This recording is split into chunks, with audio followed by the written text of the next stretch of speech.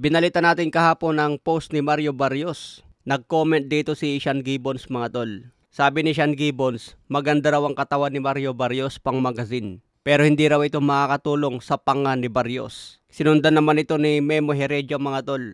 Limitado lang daw ang katawan ni Mario Barrios. Trinatrash talk na ngayon si Mario Barrios mga tol. Pang magazine lang daw ang katawan niya. Kapag tinamaan ni Manny Pacquiao, lalambot din ang panga. Hindi pa naman siguro 100% si Mario Barrios ngayon. Baka mamaya gugulatin na lang tayo mga tol. Kasi lahat ng media sa Amerika nakatutok kay Manny Pacquiao. Wala pang nagbabalita sa training ni Mario Barrios kung kamusta na. Siguro pagbabasehan na lang yung 3 huling laban ni Mario Barrios. Ito ang laban niya kay Kit Turman, Abel Ramos at kay Fabian Maidana. Malupit din naman si Barrios mga tol, pero karamihan sa laban niya galing sa 140 pounds. Hindi pa maganda ang huling performance niya kontra Abel Ramos dahil natapos ito sa tabla. Kaya may nakikita ang kampo ni Manny Pacquiao na kahinaan ni Mario Barrios. Pwede nila itong gamitin para makalamang at maipanalo ang laban. Sa ngayon mga tol, puspusan pa rin ang training ni Pacman. Lagi itong nagja-jogging sa Amerika at umaakyat din siya ng bundok. Mas maganda talaga kapag sa bundok ka nagja-jogging dahil iba ang lakas na maibibigay nito. Samahan mo pa ang sariwang hangin. Lalo na may edad na si Pacman ngayon. Kailangan talaga sariwang hangin ang papasok sa katawan.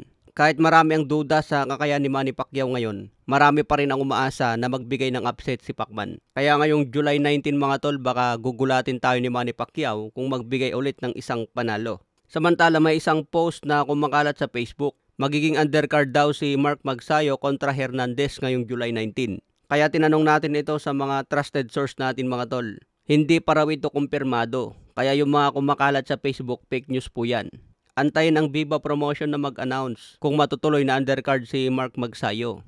Kaya lagi nyong i-check kung sino ang nagpo-post. Hindi yung kung mabasa nyo lang sa Facebook, maniniwala na kayo kaagad. Kasi malaki ang posibilidad na itong laban ni Magsayo kay Hernandez gaganapin dito sa Pilipinas. Isasabay sa anniversary ng Trilla in Manila. Kasi kung mapapalaban si Magsayo kay Hernandez mga tol, ngayon pa lang dapat nag-announce na ang Viva Promotion. Dapat sumasabay na si Magsayo ngayon sa training ni Manny Pacquiao. Kaya malamang sa darating na September na ang laban ni Magsayo. WBC eliminator ito kaya importanteng laban kay Magsayo.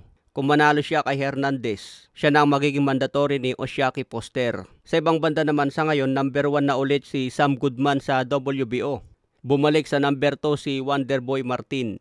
Kaya kung magbakante ng belt si Naoya Inoue, malaki ang posibilidad na paglabanan ni Martin at Sam Goodman ang bakanteng titulo. Kailangan matalo ni Wonderboy itong si Sam Goodman para maging world champion. Sigurado kayang-kaya ni Sean Gibbons na ikas ang laban na ito. Magaling si Sean Gibbons na magganap ng big fight mga tol. Ang problema na lang kung kayang maipanalo ng boxers. Okay mga tol, hanggang sa muling update.